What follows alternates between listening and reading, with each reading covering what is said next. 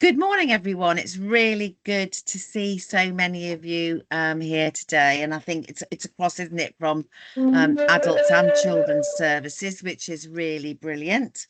So my name is Shona Douglas, and I am the independent chair of the Safeguarding Adults Board. And it's really nice to be here because obviously, we work at a strategic level in terms of the Safeguarding Adults Board, and my role is to meet with senior managers and we look at the strategic direction of safeguarding in adults. And I think there's similar for children because I work with Amanda. Amanda and I kind of work together as well. But it's really good to actually meet with practitioners because you're the people that are doing the work on the front line. You're the people that are in contact with all of the residents of Leicestershire and Rutland, and you're the people that matter. And as a kind of social worker myself, still registered, I still do a bit of practice, so I kind of recognise the importance of what practice means. So it's really just nice to be involved in this session and just that opportunity to meet up with you. And we're doing a bit of our sort of survey this year is about kind of including some of the work of the Safeguarding Adults Board and about trying to get an understanding of what you all think that is and what it does. And just, I kind of think it's just nice to get out and meet practitioners and be part of these events. So it's really good that I'm here this morning, and I'm really looking forward to listening to all of the topics. We've got some really exciting topics to listen to, and I'm going to also hopefully do some closing remarks. And I have just said to Martin and Claire, who are managing today, that I must be away at 11:30 because I'm meeting an elected member. So I'm going to sit and be part of this session and listen to what's going on. And happy, I've got a Leicestershire account if any of you ever want to email me at any time about anything as the chair. Really happy. If you think there are things that would be really good for me to see or to be invited to, please take the opportunity. It would be really lovely if you want to know a bit more about the board. Everybody? So as I said, the focus of today's safeguarding matters is safeguarding in the internet. This is quite a broad area to look at, obviously in trying to cover both children's and adults' issues. In October this year, the NSBCC looked at the statistics looking at online harm and abuse of children. And as you can see there, the research from Ofcom estimates that 84% of 3 to 4 year olds in the UK are going online. Quite a significant number of young people. Of a very early age. And the proportion also then rises. It says 100% for those 12 years and older. And I think people may be aware that there are some moves afoot to look at legislation in terms of how internet and smartphone is looked at particular age levels. The online world obviously can provide a host and wealth of benefits to children and young people to connect and be part of groups and to talk and so forth. But it also has its own risks of online harm and abuse. We noticed that the sophisticated methods that can be used by people who seek to harm, abuse, financially abuse, stalk and groom people online. And the research provides the estimates of that online harm and recorded incidents is actually quite high. And people may be noting also that there's been some recent reports and research on how effective the platforms are at monitoring and addressing the use of their platforms in pushing particular content, like particularly in the areas of self-harm and more recently the beauty filters which have incidents around young people's image. So safeguarding the adults in the internet, all adults between 16 and 44 were recent internet users. That's quite high compared with 54% of those aged 75, as you can read there. And that's nearly doubled over that time, and probably up to 2020, and I'm guessing it's probably more so now. Although a number have never used the internet, and that's also known, but it's probably going to be lesser as the population changes. And the number of disabled adults who are recent users of internet in 2020 reached almost 11 million, and 81% of disabled adults from just over 10 million. So there's an increasingly rising number of people using the digital media to connect and use services and find services and so forth. And the Anne Craft Trust provides information on what it calls digital safeguarding, which is probably a useful link, and we'll send that out later. Okay. So what I'd like to do now is introduce, if I may, our first presenter, who is from the Warning Zone group, and Greg Johnson, the interim CEO, is going to talk to us about the internet and the impact it has on children. So I'll leave Greg to introduce himself and his role in the Warning Zone and take you through his really interesting presentation for us this morning. So over to yourself, Greg. So good morning. Just to introduce myself, my name is Greg Johnson. I am currently the General Manager at Warning Zone. I've just been demoted from interim CEO. Emily Taylor started as our CEO just in the last few days, and is just going through an induction at the moment. My background is that I'm generally and usually a volunteer at Warning Zone, but because there were a few issues and delays in appointing a new CEO, I offered to take over in the meantime, and I've really enjoyed doing that. My interest in Warning Zone came about through some connected kind of family issues, which has given me a strong affiliation with what Warning Zone are trying to do. I'm delighted to be able to present to you this morning on what we do. In terms of, I'm sure a number of people will know of Warning Zone, so apologies if I'm going over ground that you're a little bit familiar with, but in any event, it's probably worth restating our purpose, which is really to try and prevent children and help prevent children from entering the criminal justice system, and also to help children understand risk and injury that could result in physical harm or death. And we do that through sort of accepting that risks occur in all our lives, in children's lives, and what we're sort of trying to do really is raise their awareness of risk, help them to become more resilient to coercion, stand up for others, not join in when the situation's dangerous or likely to be difficult for somebody, which is, in relation to social media, obviously a kind of an obvious risk really, that kids jump on social media channels, somebody starts picking on somebody and people join in. So trying to encourage people to take the right actions and do the right things when that peer pressure comes to rise really. So generically, that's what Warning Zone sets out to do. We're based in a industrial building in the centre of Leicester, and we've got charitable status, so all of our funding either comes through a small contribution from the schools attending or through fundraising activity that we take part in.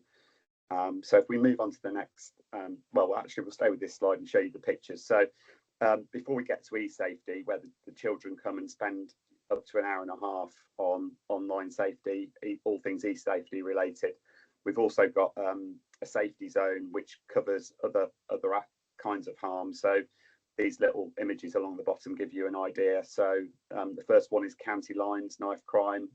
The second one relates to safety in water. The third one's to do with arson and harm in the community.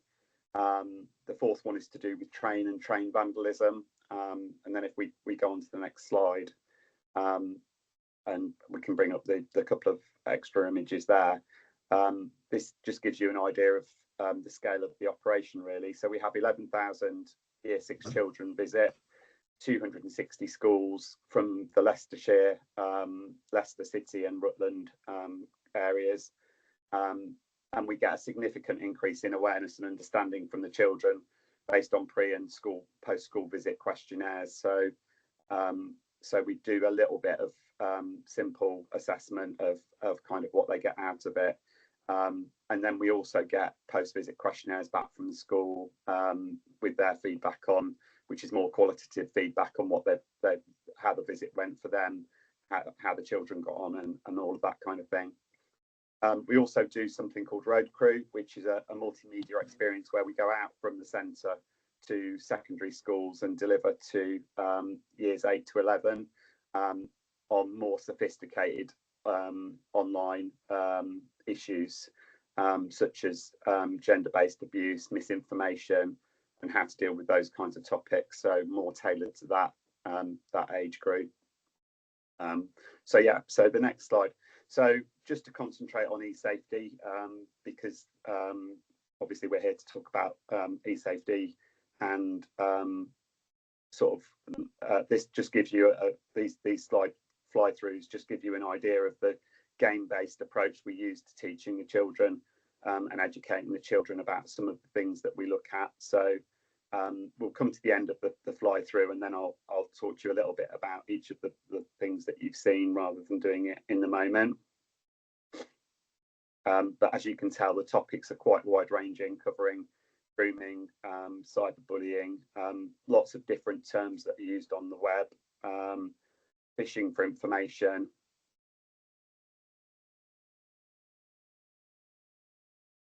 as well as cyberbullying. So all the topics that we cover are quite broad. The children spend about 12 minutes in each area. As you can tell, it's sort of very kind of hands-on in the way the children learn. They don't have to bring anything along with them apart from hopefully the ability to listen and watch and take part and participate in the game. So the sorts of things that they get introduced to, just to go into a little bit more depth and coverage for you, would be in social media, for instance, when they do the worldwide wheel that you saw. They'll spin the wheel, come up with a number, and they'll get introduced to things like influencers. We talk about the concept of good influencers and bad influencers.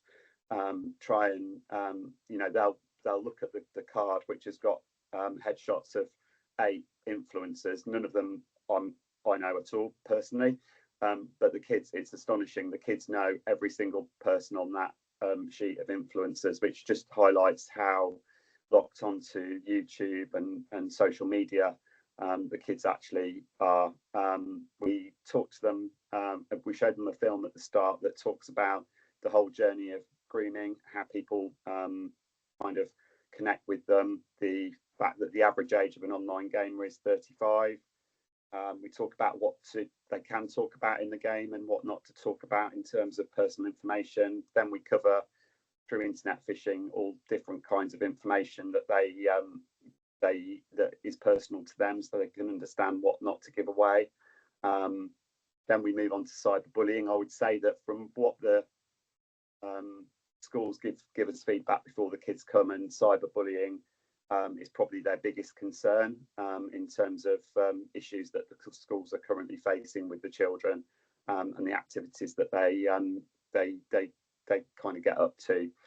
So there's a lot of focus in that, and then also inappropriate image sharing is also sort of quite high up the list in terms of what the schools might mention to us, and general kind of misuse of social media. So hopefully you can see it's a sort of very active, online, engaging facility for them. When they come to Warning Zone, we think the children get the equivalent of about 8 sessions worth of PHSE that they would have got in school. And as I say, the whole focus really is on sort of online safety, either in the morning session or the afternoon session, and then they cover all the other safety aspects on the other side of their lunch or before lunch, depending on how the schools are scheduled in. So that's hopefully gives you an idea of what we do, what we're about. Any feedback on what we cover in e-safety, because we're constantly looking to update what we do would be welcome from the group. But if you want to get involved with us and follow us our activities, I would say the best way to do that is to, if you wouldn't all mind following Warning Zone on LinkedIn, you'll kind of see updates about what we're doing and what we're up to. And if you are aware of anybody who would like to get involved, I can sort of speak from personal experience that volunteering is a really rewarding thing to do at Warning Zone. But also, if you wanted to get involved, we have a series of events running throughout the year, really, and I've listed a few of them there. But again, if you were to follow us on our LinkedIn site, you'd be able to sort of see and hear about what we're doing and get more involved with it. So yeah, all I wanted to do really now was say thank you very much for listening. If there's any questions that anybody's got, I'll be happy to take those. There are 2 questions in the Q&A at the moment. One, do you run sessions for adults with learning disabilities? Don't think you do you? We don't at the moment, no. One of the things that our chair has asked Emily to look at is what we could do by way of further engagement activity with adult groups. Right. So all I would say on that is to watch this space, because we've had an amount of feedback that adults, parents, etc., would find it helpful. And we're thinking about ways in which we can deliver some of the messages that we deliver to the kids to parents as well. So not at the moment, but that's a potential for the future, for definite. How do you make a referral, and is there any cost?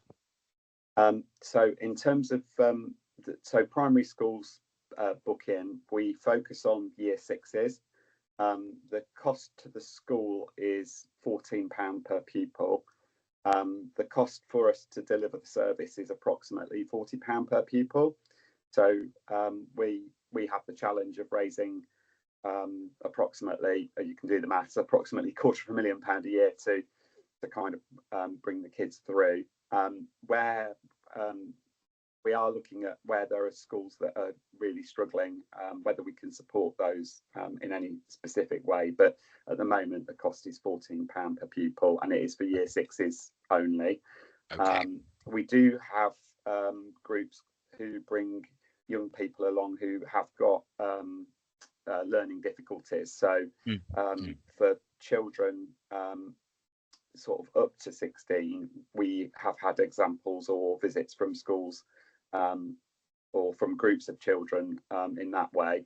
And we also have homeschooled children do come in groups, and also excluded children excluded from the education system. We do accommodate them in groups as well.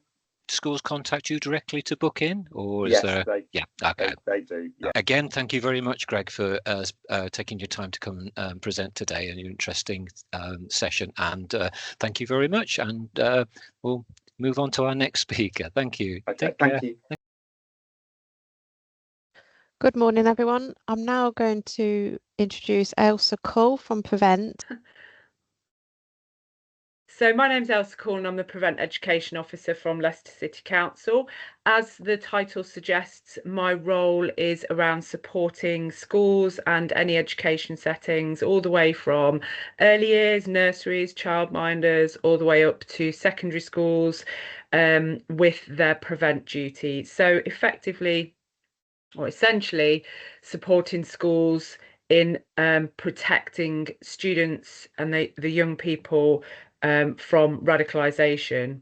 Obviously, this element of radicalisation talks specifically around the online space, and that is a huge amount of our work and one of the biggest risks that we find to young people around radicalisation and extremist influences. The majority of the referrals that we get to Prevent have some form of online footprint for young people. The referrals that we get for young people are between those 12 to 18 ages. with around about 15 being the most risky kind of age group that we see. And unfortunately, it's generally young males that we see as well, rather than females. So we do get females referred to us, but they are, I'd say, few and far between, and we get much, much, much more young males referred to us. So as I say, when we get young people referred to Prevent, there is usually an online footprint somewhere along the line in the concerns that have been raised. The use of the online space for not just extremism and radicalization, if you think of radicalization as grooming, because that's what it is, it's another form of grooming, but for a different end game to something like sexual exploitation or criminal exploitation, etc. So the use of the online space is vast, and it is really useful to any type of groomer, whether it be, as I say, for radicalization or some other safeguarding harm. The online space in terms of radicalization, though, and for use by extremists and terrorists is useful because they are able to use it for sharing propaganda, getting their propaganda out there, and for discussion purposes as well. And we see it used through all sorts of different ideologies. Obviously, the main ideologies that we see that are priorities for us are Daesh and Al-Qaeda influenced and inspired, extremism and terrorism, far right and extreme right wing, and also the incel, the violent extremist end of the incel community. And we see the online space used throughout all of those. As you can imagine, the internet, the online space creates lots more opportunities for people to become radicalized, and it accelerates that process as well, because of the virality of content and how quickly and easy it is to spread propaganda, to share images, to share videos, to share opinions and views. You'll appreciate how that environment in that online space makes it almost the perfect storm to groom somebody, as I say, for whatever reason, but obviously I'm talking specifically around radicalization here. The online space, the internet, whether it be social media platforms or other apps and platforms that young people use, they can act as echo chambers. So what we find is that there will be places and spaces online where young people and adults as well find their views and ideas supported by other like-minded individuals. We see that much more in the fringe platforms, which I'll come on to shortly. But I think if you're on any social media app, platform, whatever you want to call it, like Facebook, like Instagram, like TikTok, Snapchat, we know young people are using mostly Instagram, TikTok, YouTube, Snapchat, etc. They don't tend to use Facebook. We see that more with adults, but you'll know that they are spaces where people can find those echo chambers of like-minded individuals who agree with them, and where they'll only ever hear their views and opinions supported. And that obviously creates a problem around critical thinking and resilience, and not being able to see other points of view and other sides and other perspectives. You'll also know that if you stepped into any of those spaces, certainly in the last 18 months or so, I think it's gotten more worse, or worse, should I say, in the last 18 months or so, you'll know that people's views on whatever subject you might be talking about, it might not even be anything to do with religion or politics or any of the current conflicts that are happening, but you will know there is such a polarized take on everything that it's made the middle ground almost non-existent. There's a lot of kind of hatred, and, as I say, polarization within people's views and opinions. And because of that, and that middle ground being so almost non-existent now. It's enabled extremist views and extremists to sneak into those middle ground spaces and come across as though they are balanced and in the middle rather than far left, far right, or whatever it is. So that's also an issue for us. We know that gaming platforms can be problematic for many reasons, not just around the issue of younger children being exposed to inappropriate content and content that is going to leave them not just asking questions, but also potentially showing signs of being traumatized in some way as well.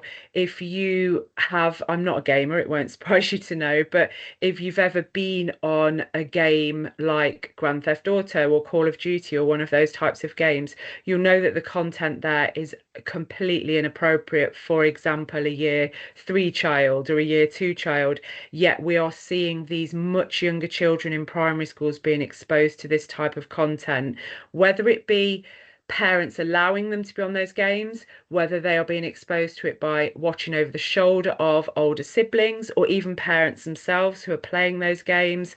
I get phone calls from primary schools where they've become concerned about a student who has been talking about weapons and blowing up the school and war and killing people. And actually, once we've had a look at that in more depth, they very, very rarely require prevent referrals, because once we've looked at them in more depth, it's because they've been exposed to some sort of gaming content. We also know that gaming platforms are used and hijacked by the far right, the extreme right wing, by Islamist groups and other fringe extremist groups as well. And we know that they are using them to engage young people and kind of find that common ground with them. They're easy spaces if you want to find common ground with a young person and start a conversation and maybe start that process of grooming or radicalization. What we are finding, not just in the East Midlands, although it says specifically East Midlands here, but if you asked any prevent education officer across the country, they'll tell you that the accessing, distributing and interacting with online extremist content is a key issue for them. And it is what the majority of young people who are arrested for Terrorism Act offences are investigated for.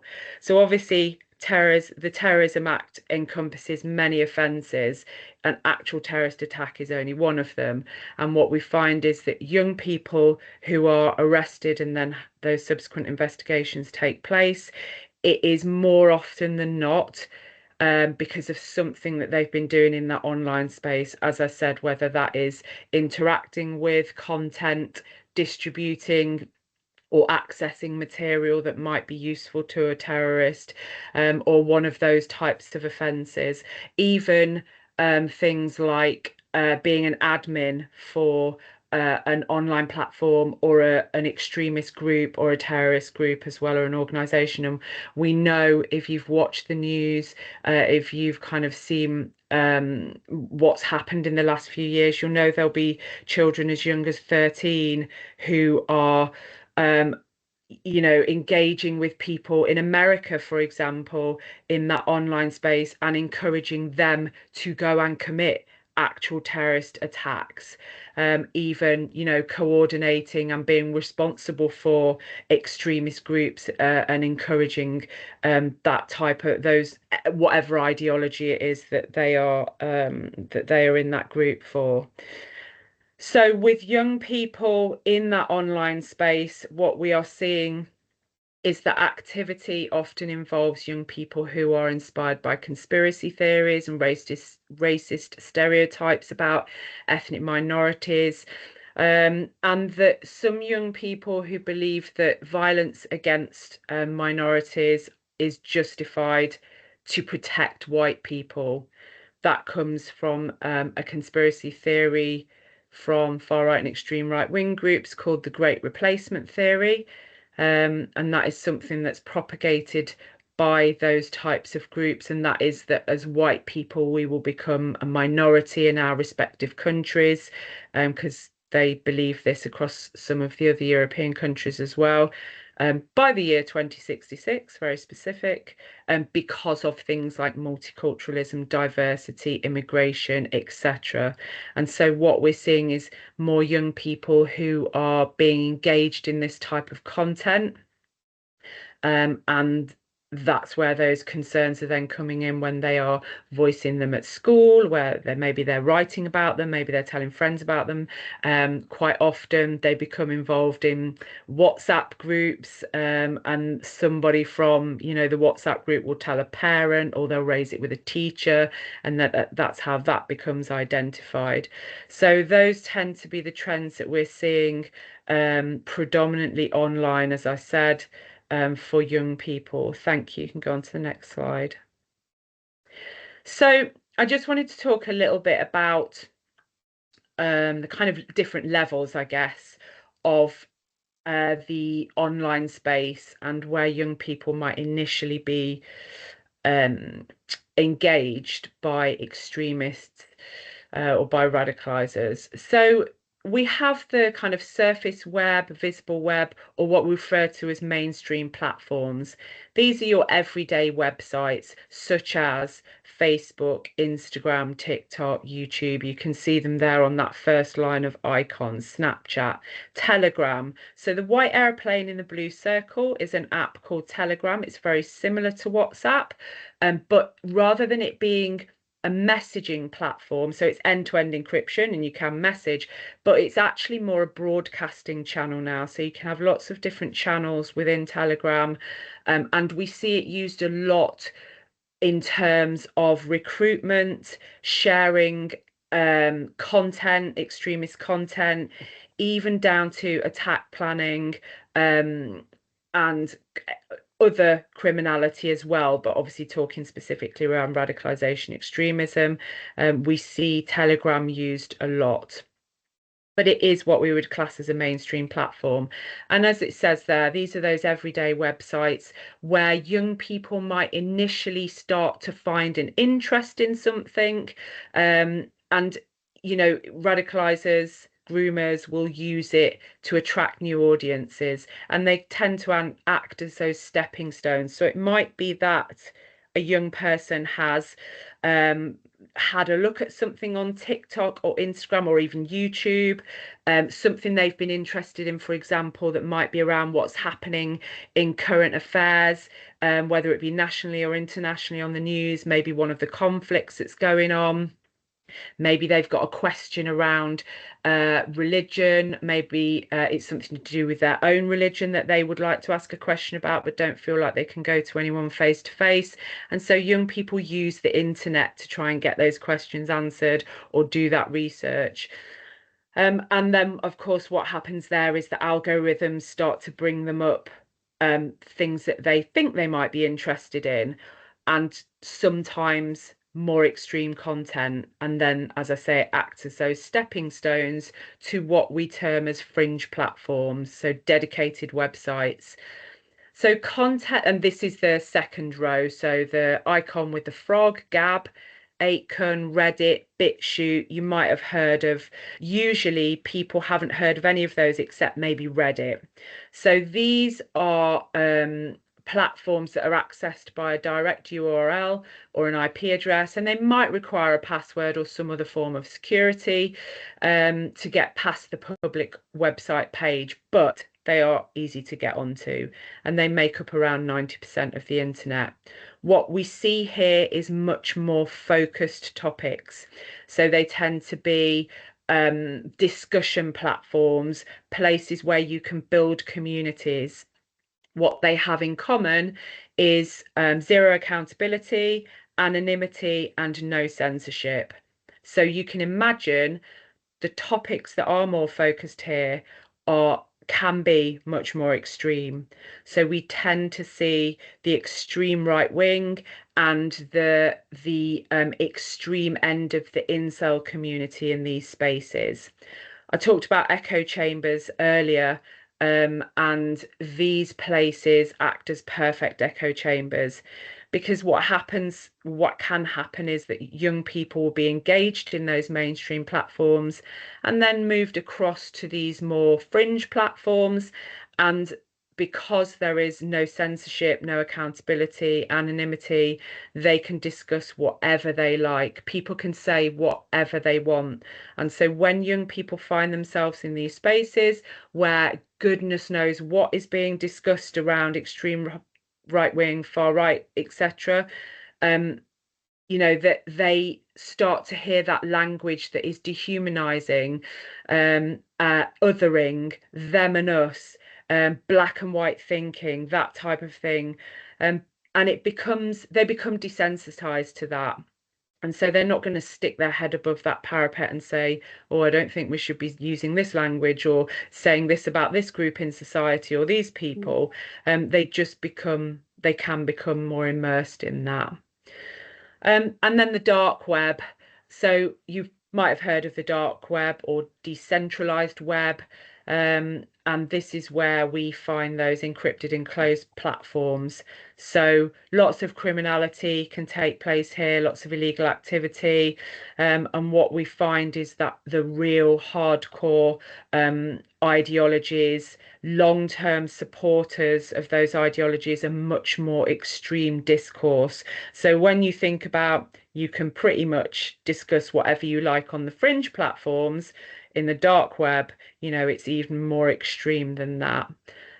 They obviously operate on very encrypted internet connections, and that allows for even more anonymity during, as a part of that activity that's taking place. And of course, it's not the dark web.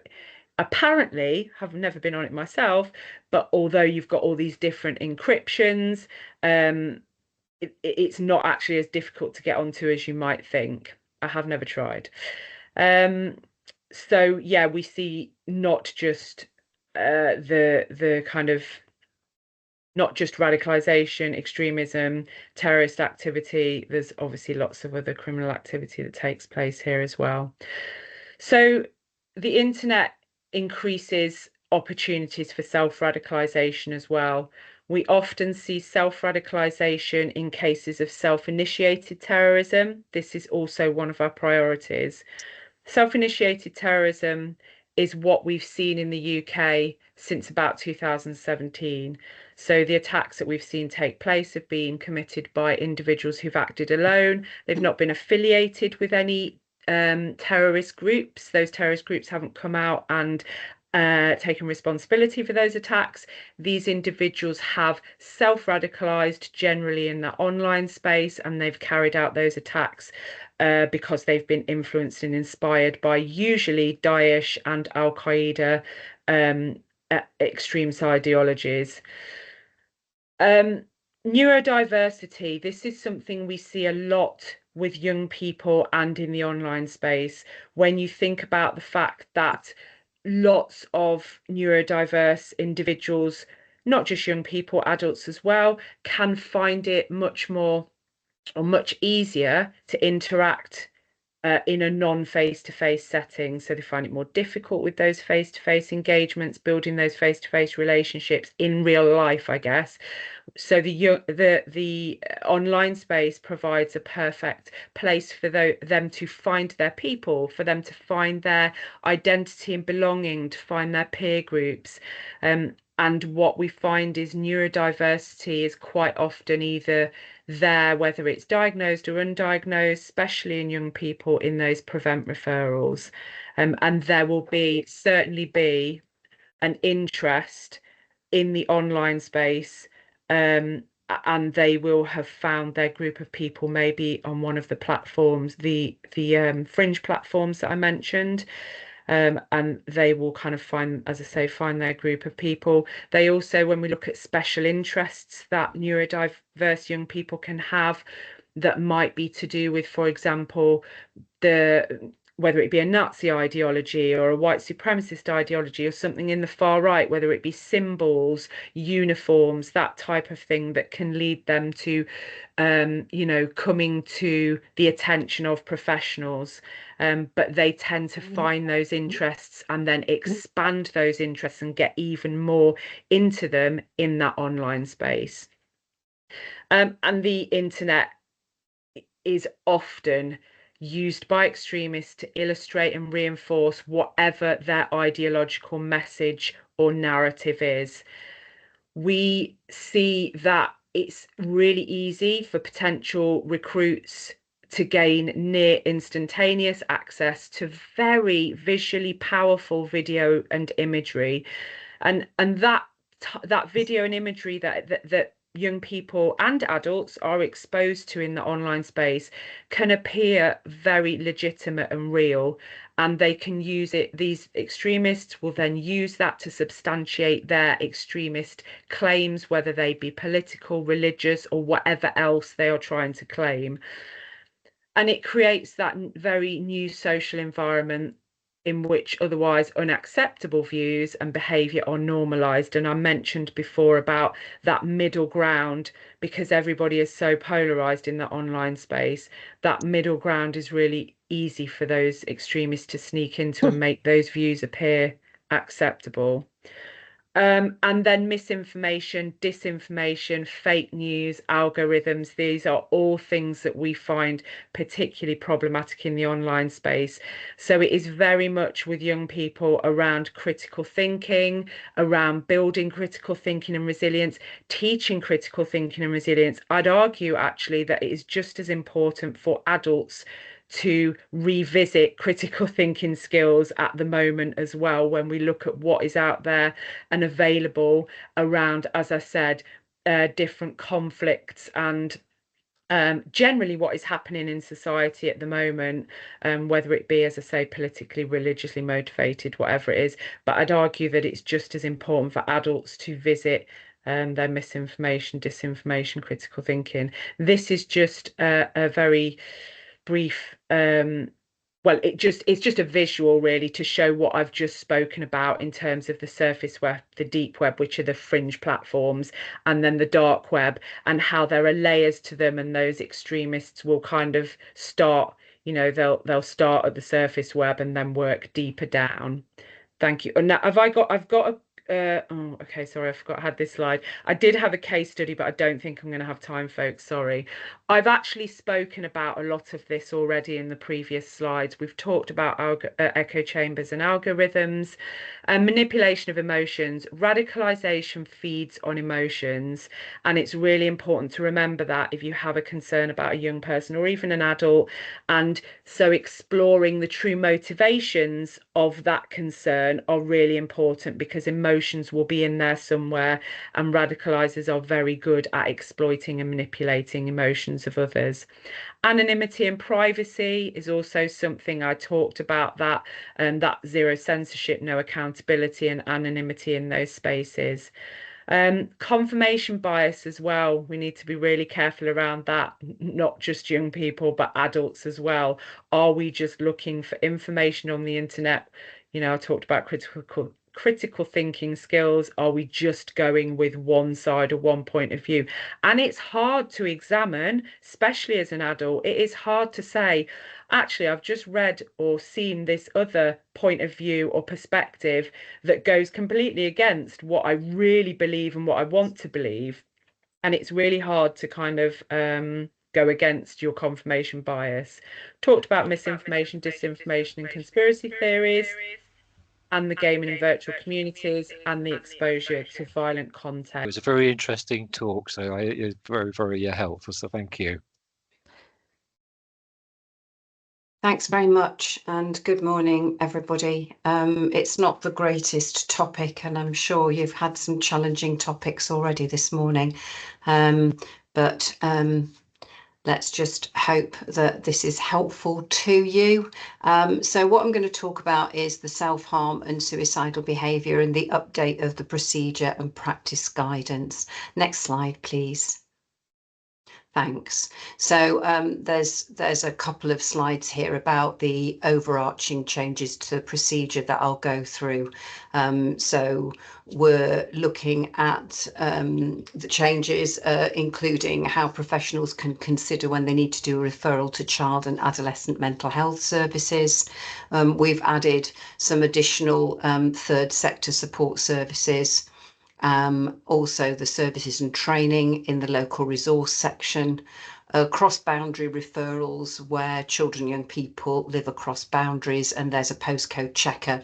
So the sorts of incidents that you could think of is maybe where a young person or a child discloses at school around self-harm, for example, and then they actually don't live in the same area as their school is, and so it's about where the referral goes. So that's what I mean by the cross boundary, not actually outside LLR, but within LLR, where there might be, they live at one home address and then their school is in another area.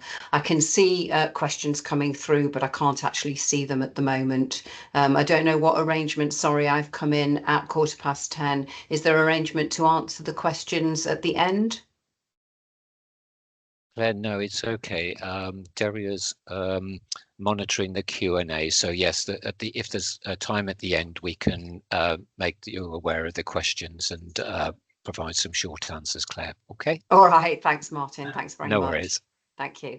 And then about the practice guidance, in the practice guidance, there's the bullying procedure as well. Yeah, thanks, everybody. Sorry, I'm asking in between. Next slide, please.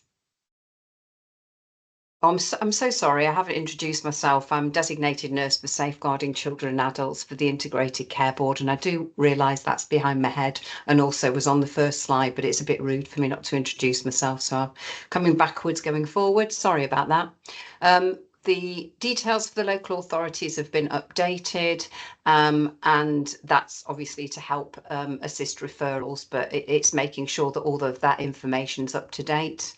In the threshold section, it makes clear that not all cases need to be referred to social care.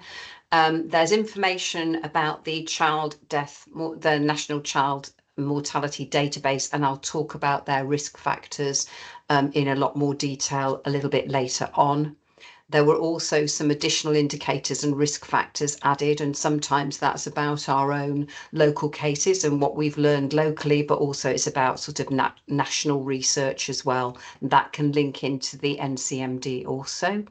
And ensure information is given to all children, so not just children that are in school, but children who might be home educated or excluded from school as well. And I'll talk about that in a little bit more detail later on. And there's links to the school resources. Thanks. The next slide. Racing along. Okay, so the added statements for practitioners are listed here. So, for example, where there's a service that a parent or carer is getting, for example, adult mental health services there, that there's processes including thinking about children or young people in that family, and including partner agencies ensuring that children receive support where there are thoughts of suicide, and also, like we said before, with the schools across LLR, and that's including private schools or schools, faith schools, should include links and references to guidance on assessing the risk of suicide for children and young people experiencing bullying within their behaviour and anti-bullying policies, so that all of those schools have got the same information, and also that all the schools, including faith schools, private schools, should consider multi-agency involvement where children and young people are at risk of exclusion. And then finally, down here at the bottom, children who've been suspended or permanently excluded, they should be signposted to all the universal health services. So those are going to, that they are now in the letters and templates for letters sent to families about information, so that those children that might be more vulnerable as well are not excluded from their families and carers having that information. Thank you. Next slide, please. So the additional indicators and risk factors have been added for a variety of reasons, and I mentioned some of that at the beginning of this talk. So the NCMD, the National Child Mortality Database, gets all the information across the whole country where children have died. And in this particular case, they did a report in October 2021 about suicide in children and young people. So some of the factors, well, the factors that they brought out of that national research have been added into our procedures and the practice guidance, and I'll go into more detail when we come across and have a look at them. We're also adding in local learning from the rapid reviews that have taken place across the city and county and Rutland. There was one in particular, serious case review of suicide, but also now they are now called local child safeguarding practice reviews. If it's a serious case review, then it's something that is quite a lot older. The incident happened quite a long time before that. We've also got our own local CDOP, Child Death Overview Panel, and that there are suicides that are regularly reviewed by the CDOP, and they did a thematic review in 2023. They do a review about every 3 years. So we've got our local evidence as well as our national evidence actually feeding into the risk factors that we've added to the procedures and the practice guidance. Thanks. Next slide, please.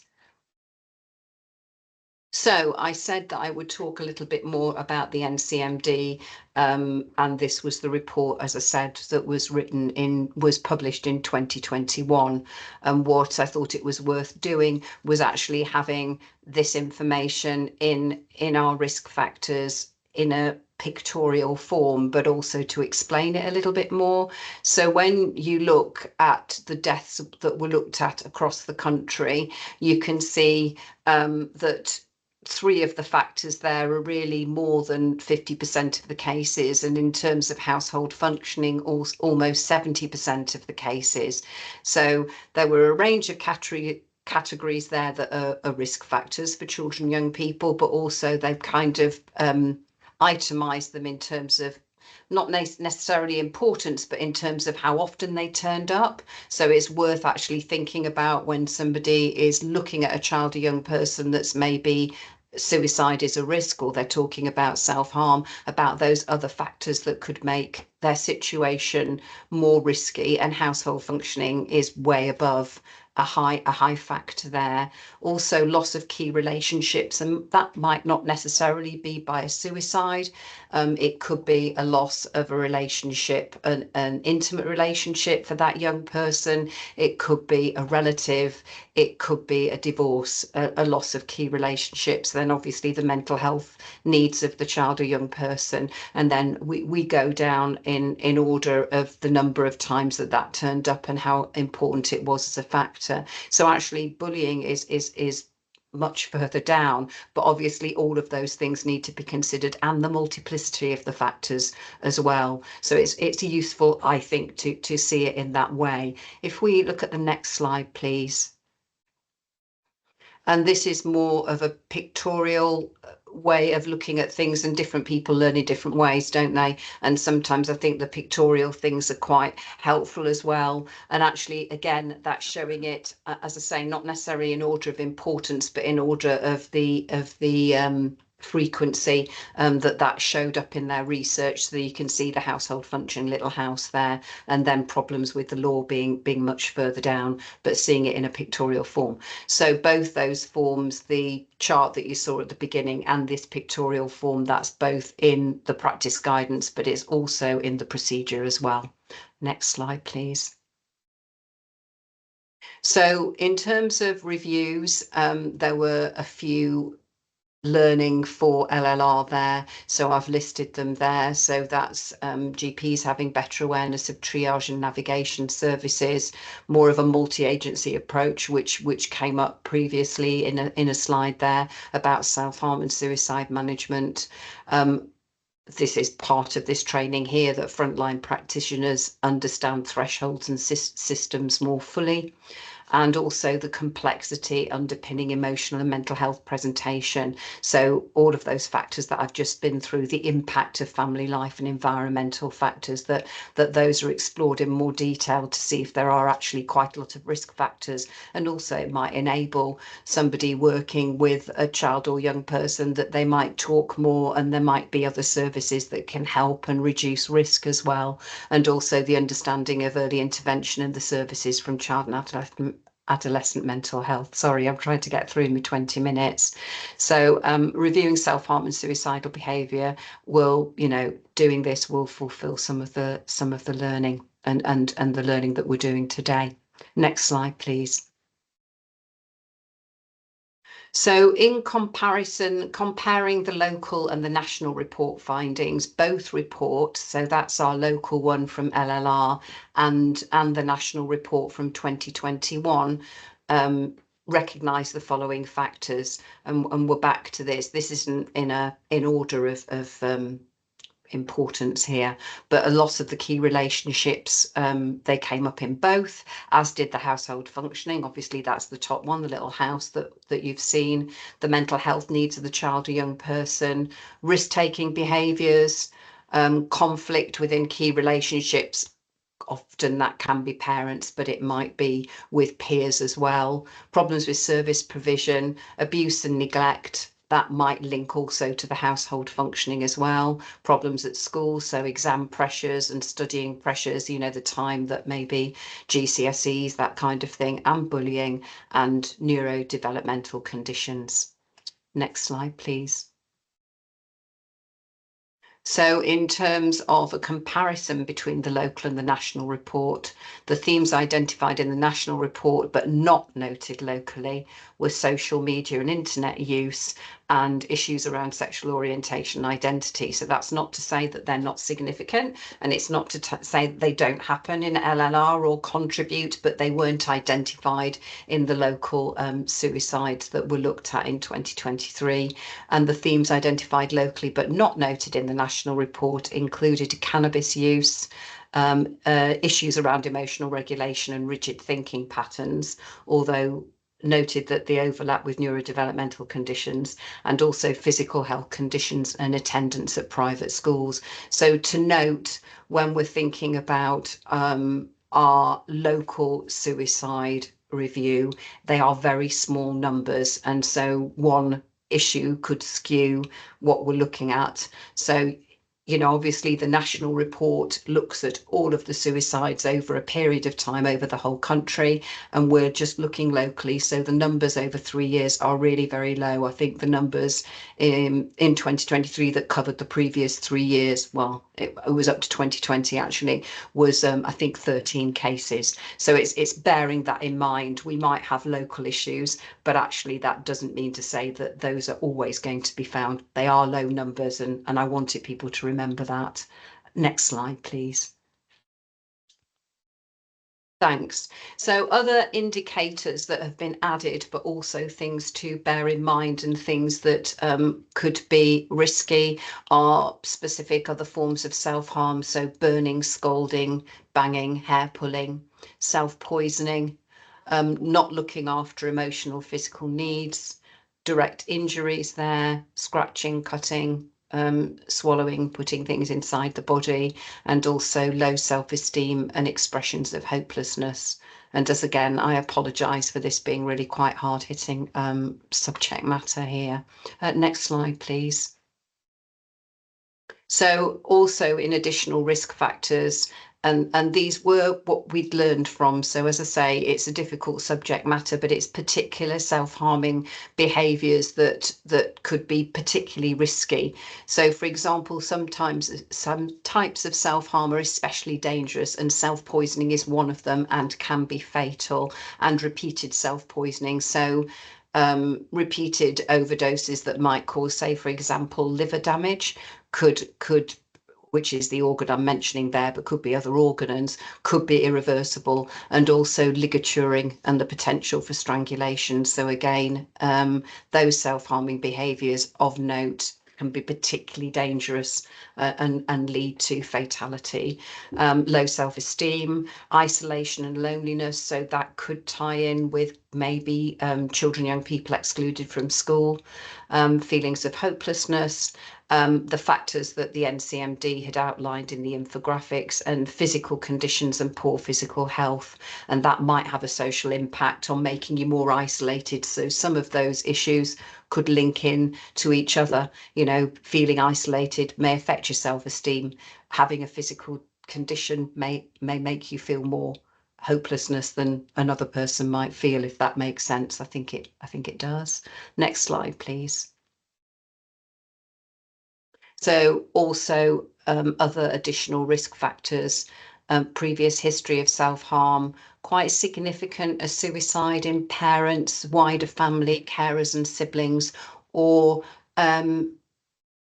suicide in peer groups. So also sort of schools and support agencies thinking about the impact on the peer group of a member of their peer taking their own life, and how that might influence other children and young people, and the impact of that, and whether they could be supported. Bereavement, not necessarily by suicide, but again of a sibling, of a carer, of a parent, or again a friend or peer or a significant other. And also the impact on children, young people, where their parents and carers have physical conditions or poor mental health, poor diagnoses and problems. And again, that goes back to where adult mental health services are involved with parents and considering the whole family, sort of a holistic family approach, and consideration given to parents and carers where there's alcohol and substance misuse, and isolated community support. Sorry to kind of read from a slide. I am trying to add to that, but it's how those things come together, really. Next slide, please. So yeah, we've certainly seen this in some of the cases that I've been involved in reviewing, is difficult times of year and anniversaries. Sometimes that does go back to loss, you know, loss of a grandparent, that kind of thing. So making people particularly vulnerable at that time, breakdown of friendships and relationships, basic needs and no access to leisure or social facilities, which actually could be distracting and make people and feel less isolated. Trauma, academic pressure that we mentioned before, especially performance pressure and examination times, poor parental support, divorce, conflict in the family environment, would include domestic abuse, and pressure on the child, unrealistic goals, overachieving, underachieving, all of these additional risk factors. Next slide, please. So in terms of the practice guidance, and on the left-hand side, there's a picture of the practice guidance. There was not masses of change to the practice guidance because it's a very helpful document. It's very easily readable. If you've read it before, it's very well broken down and very well structured. So the authors of that looked at it again, and they've added an overarching statement, which is in the next following slides, which I won't insult you by reading it. You can read it yourselves. But I think the overarching statement is really helpful in terms of how you might think about using the practice guidance, also how you might think about working with children and young people. Obviously, the NCMD risks and infographic detail that I've already talked to you about, making sure that our resources and links of where to go for help and things are up to date, and the training as well. So that's in terms of the practice guidance, there wasn't masses that was changed, but a lot of it, I mean, obviously I've covered it in the training today, but the overarching statement sort of leads you into how you would work with the practice guidance. Next slide, please. So this is the overarching statement, if you want to take a couple of minutes to read that.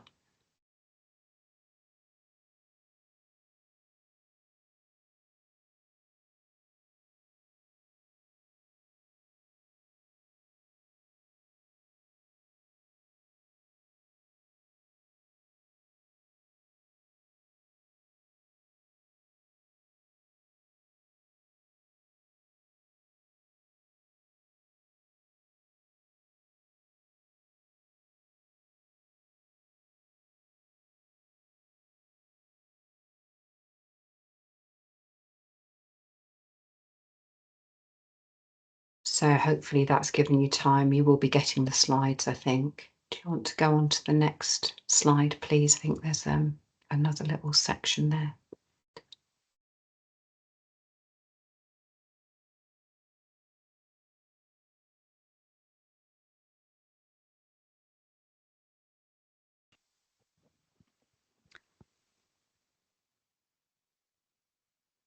There are some questions for Claire.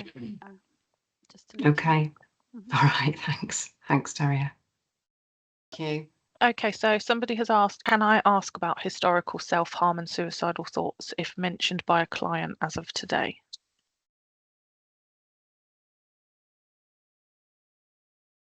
Historical as in that young person? Is that what the question is? Yes, it is, Claire. Thank you. Is that because you think that might make it more risky? What's behind that question? Claire, it's Kath from Vista. Something we get with young people and adults actually is a thing, whereas with their sight loss or dual sensory loss, well, if it hadn't been for such and such, and I wouldn't have been here today, because last year or 3 months ago, I thought about doing away with myself. However, it wasn't addressed at the time. Nobody picked that up. So we're faced with that now. So, I mean, regardless, we will always say about the GP and the support available.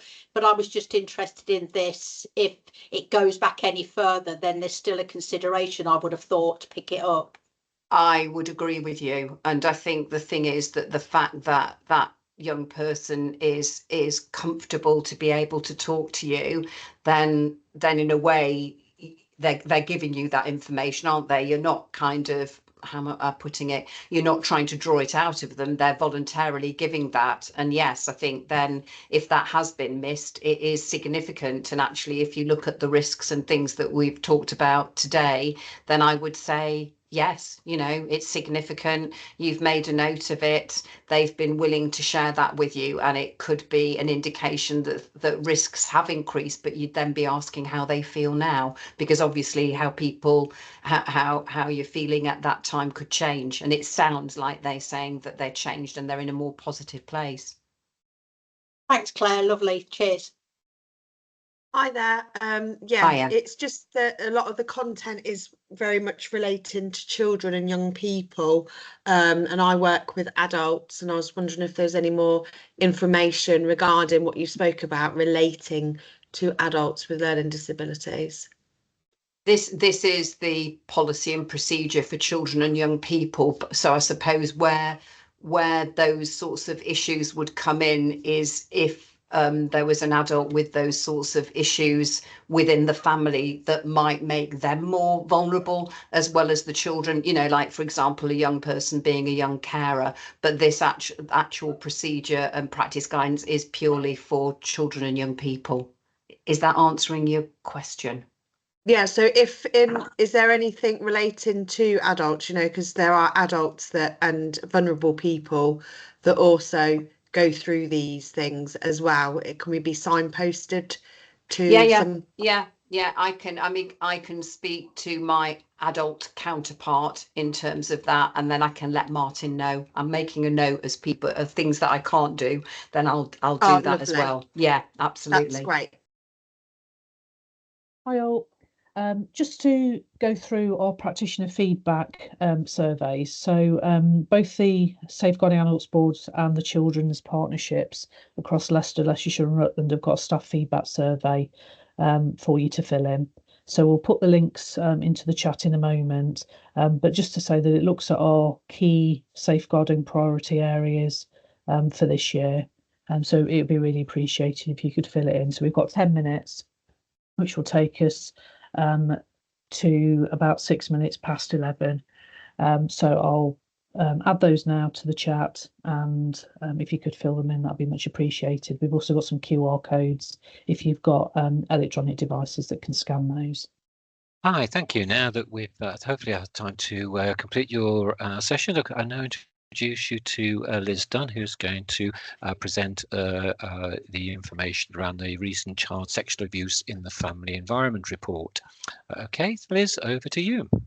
So I'm going to be talking to you very quickly about a new report that has been published by the national panel. So you may remember us talking about this before, and it has been published in November. So it's called I Wanted Them All to Notice, and its subtitle is Protecting Children and Responding to Child Sexual Abuse Within the Family Environment.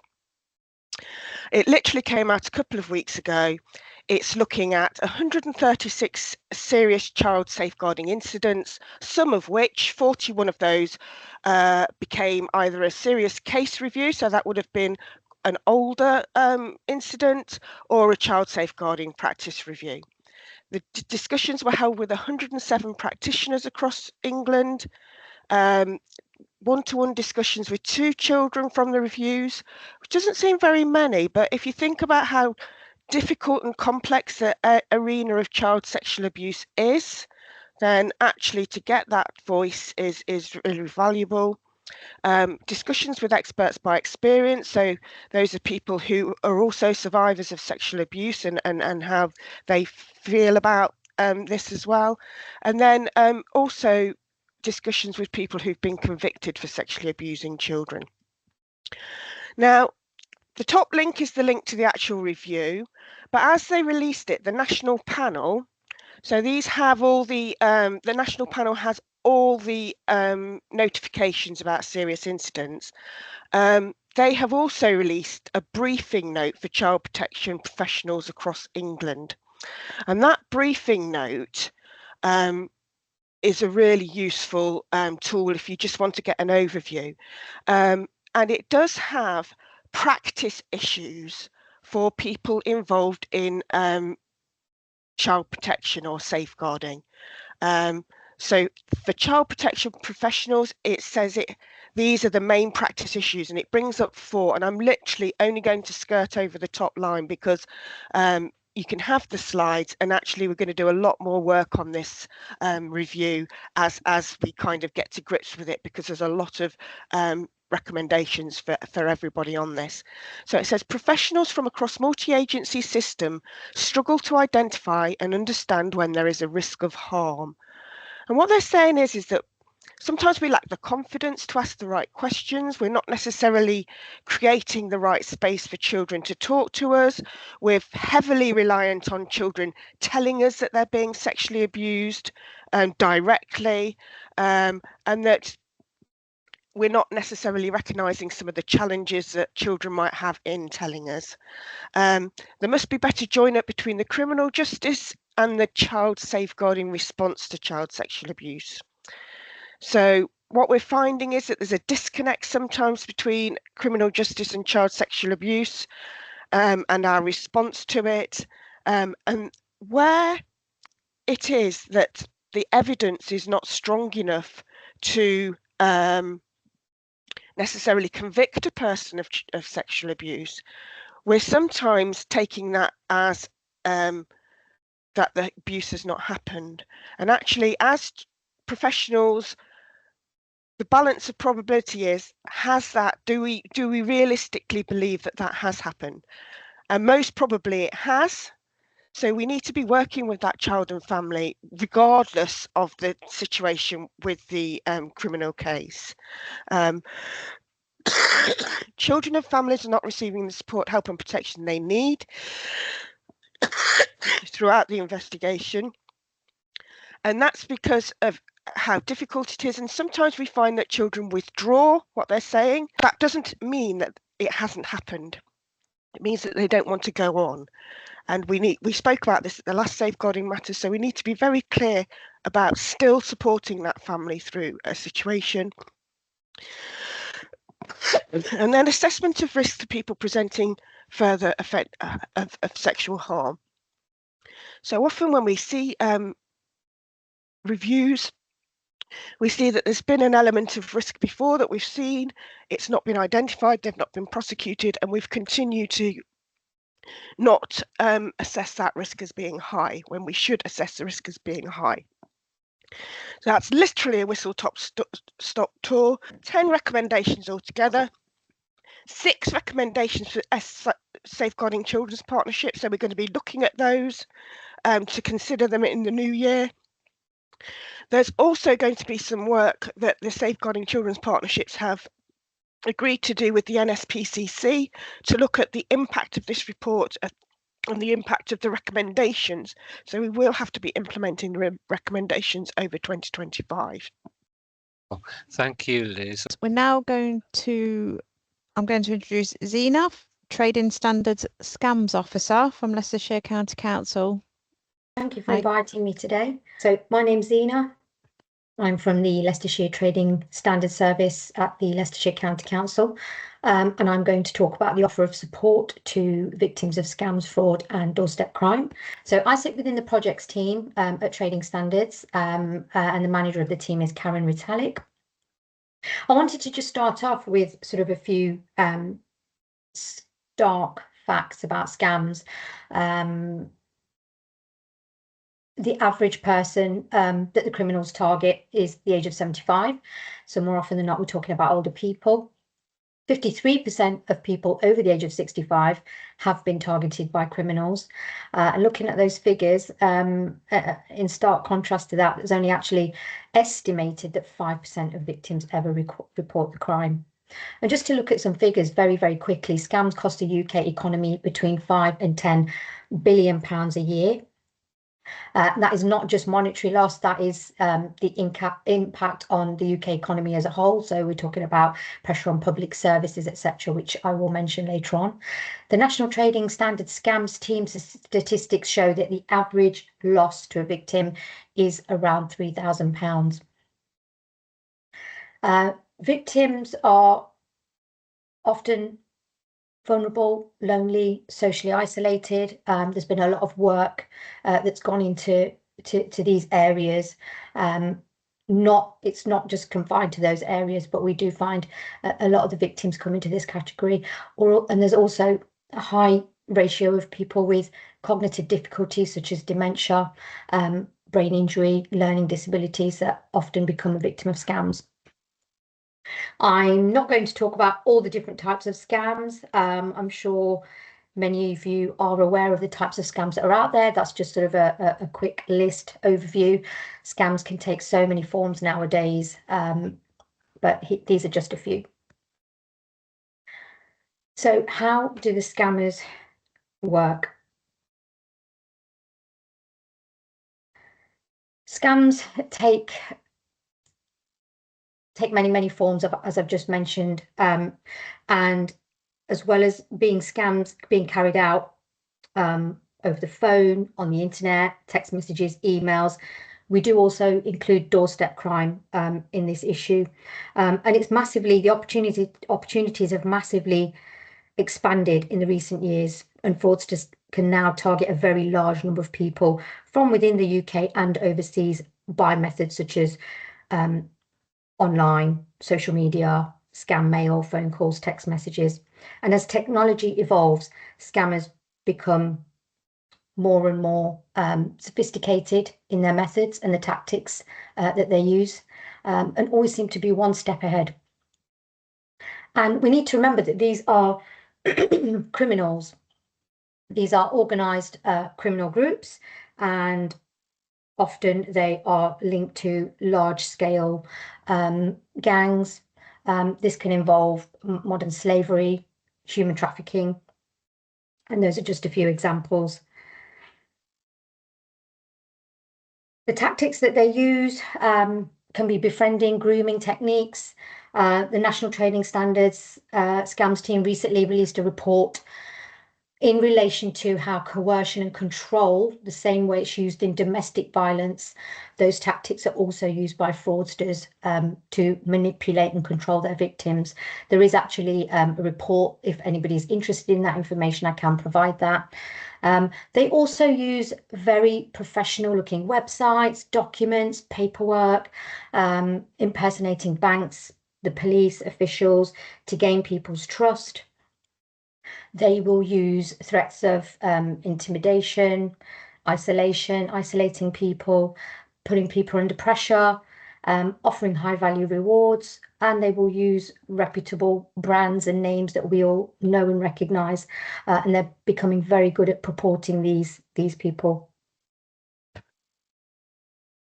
So just a very quick look at the impact of scams on individuals. It's not just the financial detriment, which can be anything from a few pounds to hundreds of thousands of pounds, depending on the type of scam and the number of times a victim has responded. Sometimes this financial loss is severe enough to impact on an individual's well-being and day-to-day standard of living. And scam victims may also, in extreme cases, go without food or even sell or remortgage their home or even take out loans to fund scams or cover debts that are caused by scams. This can cause long-lasting or even permanent damage to an individual's health and well-being and quality of life. Excuse me. Victims can experience, loss of confidence, trust in people, and also they can be left with psychological effects of stress, anxiety, fear, depression, and shame. They will also sometimes face denial and place the blame on themselves. These are just a few more effects that they can have on the individual. These may be things such as mental health that may have already been there, and being a victim of fraud could trigger that, or it could be the onset of mental health issues. People can become estranged from their family and friends. I don't know if anybody's heard of a charity called Think Jessica, which was set up in memory of Jessica, who was a chronic victim to fraud, to the point where she no longer had contact with her family and friends. She completely isolated herself. A very sad story, unfortunately. Jessica did pass away, and her family do believe that it was due to the effect of what she was going through. So very, very, very extreme, sad and extreme case there. It can put people in financial poverty, put people into debt. Excuse me. Sometimes there can be tendencies of hoarding or compulsive behavior. People can become secretive, tell lies, isolate themselves. And the detriment to society, to the UK economy. Fraud causes financial detriment to the wider society as well as individuals, and it increases the pressure on public services who have a duty of care as a result of the Care Act 2014, which recognises the significant threat that financial abuse poses to adult health and well-being and places a responsibility for protection and safeguarding on local authorities. This will result in increased demand for safeguarding responses from local authorities, the police, and trading standards. And the loss of money and finances can result in individuals being unable to contribute to their health and social care costs in old age. And there has been extreme cases where people have lost their homes and their savings and are unable to provide for their future care provision, and therefore that can have an impact on the public purse.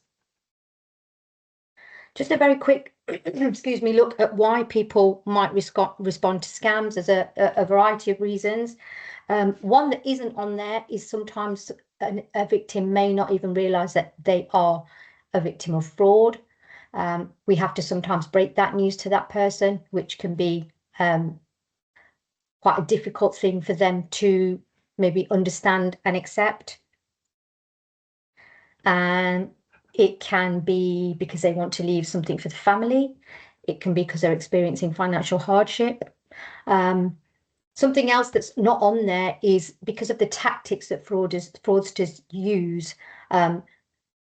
they build a friendship. It comes out of the loneliness that person might be experiencing, and they think the fraudsters are their friends and happy to have, you know, somebody to be in contact with, somebody listen to them, talk to them. This slide is, we've talked about older people, lonely people, vulnerable people. I just wanted to share this slide, which shows new vulnerabilities, which shows that I could be a victim of a scam, you could be a victim of a scam, anybody could be a victim of a scam. All of these things on here, the what, where, how, when, and why, all of these things are things that can make any one of us vulnerable at any one time.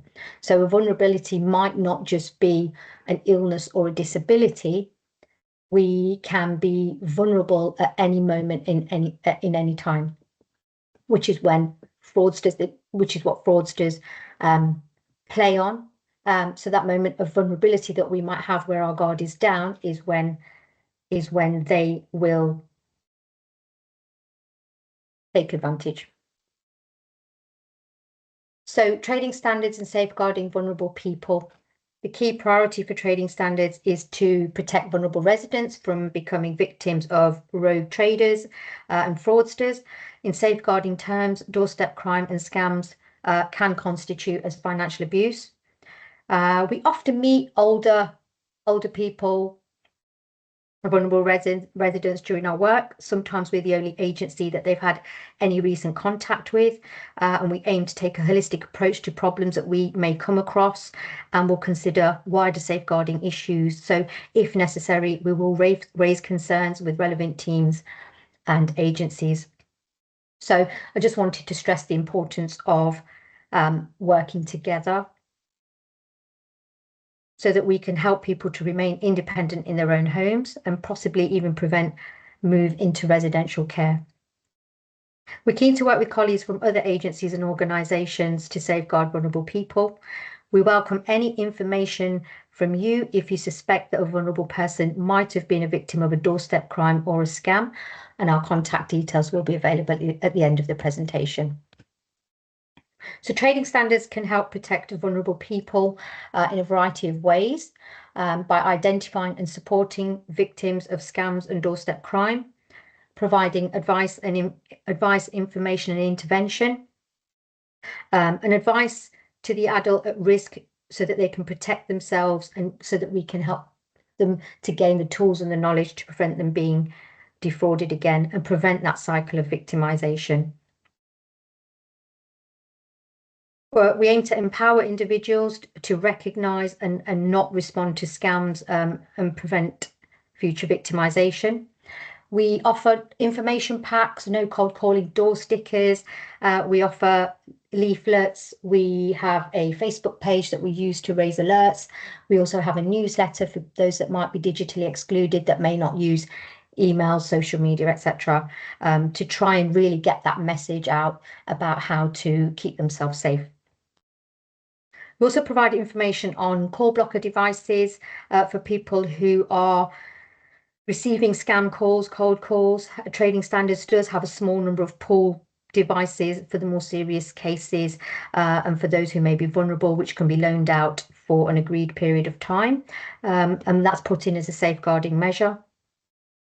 We also support victims through home visits.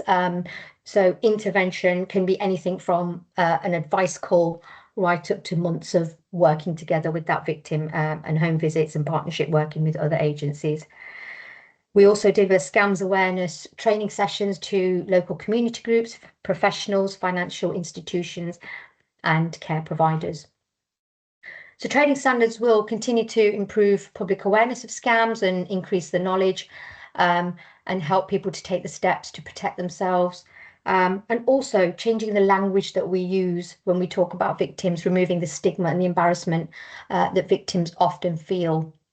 And we want them to feel well supported and to be able to talk about what's happened and maybe even share with others what's happened to them, as they are not alone. We will work with residents and their families. We will signpost and refer to appropriate agencies. We will alert colleagues of any potential safeguarding issues by referring to the appropriate agency. We're happy to attend team meetings and talk about the work that we do and talk about current issues. We accept referrals from anyone that has concern about a resident who may have been a victim of doorstep crime or fraud. And we're happy to attend safeguarding meetings if requested to do so. So just a very, very quick look at some of the signs, some of the red flags of when we might try and identify a scam victim. Excuse me. So somebody that's maybe got lots and lots of paperwork. Just a very, very quick example of this was I went out to see a gentleman who was a victim, a chronic victim of rogue traders.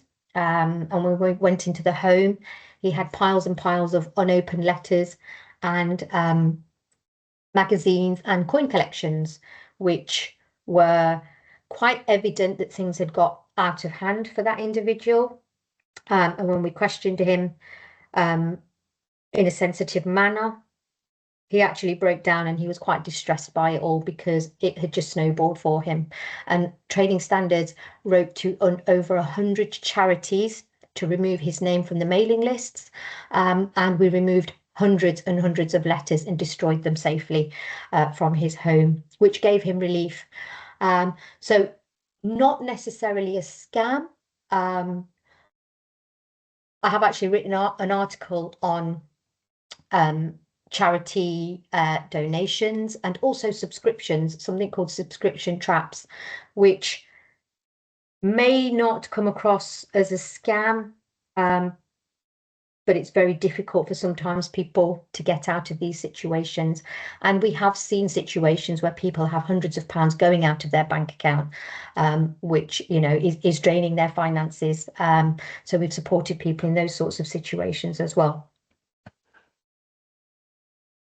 Look out for numerous telephone calls if anybody is giving their card or bank details out over the telephone, you know, without questioning why. If somebody's maybe had some poor quality or unnecessary even home improvements done. If somebody is receiving sort of demands, being pressured to make payments. Sometimes people's circumstances have changed, as we've talked about, financial detriment. Sometimes people's living conditions can change. Self-neglect sometimes can keep creeping.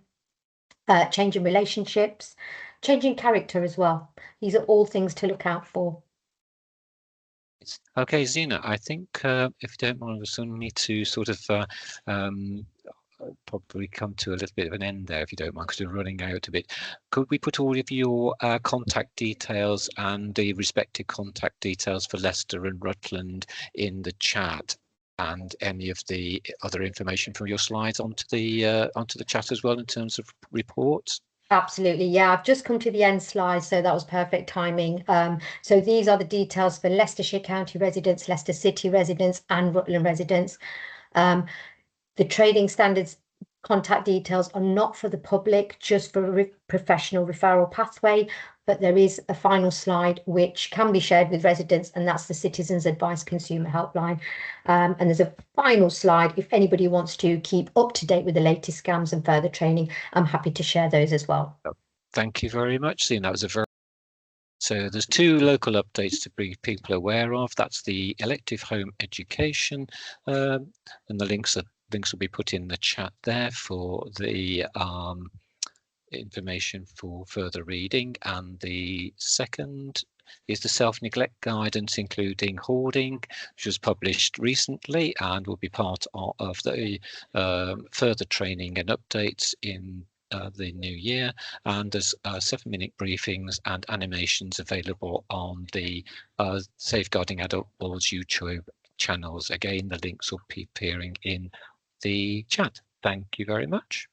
Yeah. Do you want me to finish off? Thank I mean, you. the thing is that I mean, I was just watching the numbers, and we got up to 323 across the partnership. So that's absolutely phenomenal to kind of target that many people across the partnership. So really good. Just, I suppose, some excellent stuff here. And I was thinking while Greg was talking, and he did say it, that while some of the focus may have been on children's services, it was equally relevant to adults, and that family first approach is that this is families that we're dealing with. So whether they're children or adults, they're still part of a family or in a wider community, and that all of the issues have relevance across both areas, even though they may have been specific. So I think that you know, you could just take a lot of learning from today into the workplace, and just found it absolutely fascinating. Some really good resources and some excellent speakers, and good information for people to take away with them and share with their teams. So thank you for letting me be part of this morning. It's been absolutely brilliant. Thanks ever so much, and Happy New Year and Merry Christmas if you celebrate, to anybody in the next couple of weeks.